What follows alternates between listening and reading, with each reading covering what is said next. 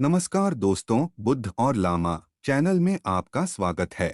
बौद्ध धर्म में बौद्धकालीन कथाओं का बहुत महत्व है, जिनमें गौतम बुद्ध व बौद्ध भिक्षुओं के आदर्श व चमत्कारों के अलावा जीवन से जुड़े कई संदेश छिपे हैं।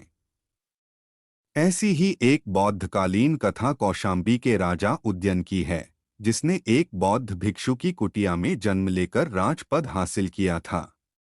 वही कथा हम आपको बताने जा रहे हैं।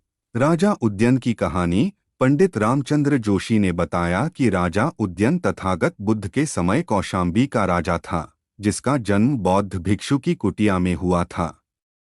दरअसल एक समय उसके पिता लाल दुशाला ओढ़े अपनी रानी के साथ सर्दी की धूप में बैठे थे। तभी एक हार्थलिंग नामक विशाल पक्षी वहां आया, जो लाल दुशाले को मांस समझते हुए रानी को पंजे में जकड़कर दूर जंगल में वट वृक्ष पर ले गया। यहाँ रानी के जोर जोर से शोर मचाने पर पक्षी उसे पेड़ पर ही छोड़कर उड़ गया।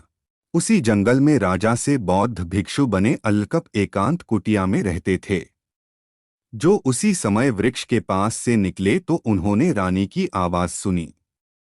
उन्होंने उसे पेड़ से नीचे उतारा। उस समय गर्भवती होने पर रानी को प्रसव पीड़ा भी शुरू हो गई, जिसे देख भिक्षु उसे अपनी कुटिया में ले गए। यहाँ रानी ने एक पुत्र को जन्म दिया। पहाड़ों से घिरी कुटिया में वर्षा ऋतु में जन्म होने के कारण बालक का नाम उदयन रखा गया। इसके बाद जब रानी ने अपने राजापति व राज परिवार के बारे में बताया, अल्कप ने ध्यान किया, जिसमें उन्हें रानी के पति की मृत्यु की जानकारी मिली। रानी को बताने पर वह विलाप करने लगी और बेटे की सुरक्षा के लिए वहीं कुटिया बनाकर रहने लगी। बौद्ध भिक्षु अल्कप के वन्य जीवों को वश में करने वाले हस्तिकांत मंत्र व वीणा वादन में निपुण होने के कारण उदयन भी इसी गुण के साथ बड़ा हुआ। मेरा वीडियो अच्छा लगे तो लाइक शेयर सब्सक्राइब भी करें। कृपया आपका कृपा दृष्टि मेरा ऊपर बनाए रखें। एक दिन भिक्षु अल्कप ने उदयन से पूछा कि वह तपस्वी बनना चाहता है या राजा। इस पर उसने राजा बनने की इच्छा जाहिर करते हुए अपने राज्य में वापस लौटने की मंशा जताई। भिक्षु से आज्ञा पाकर उसने निशाने के लिए मां का दुशाला व पिता की अंगूठी साथ ली और हस्तिकांत मंत्र से सैकड़ों हाथियों को बुलाकर अपने साथ कौशाम्बी ले गया।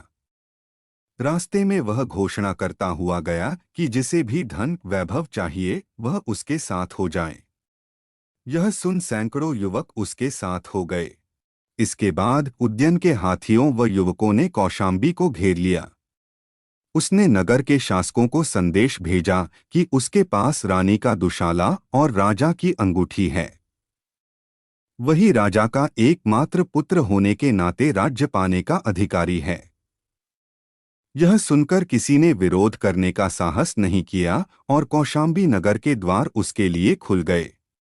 राजपुरोहित ने उसके माथे पर तिलक कर उसे कौशाम्बी का राजा नियुक्त किया।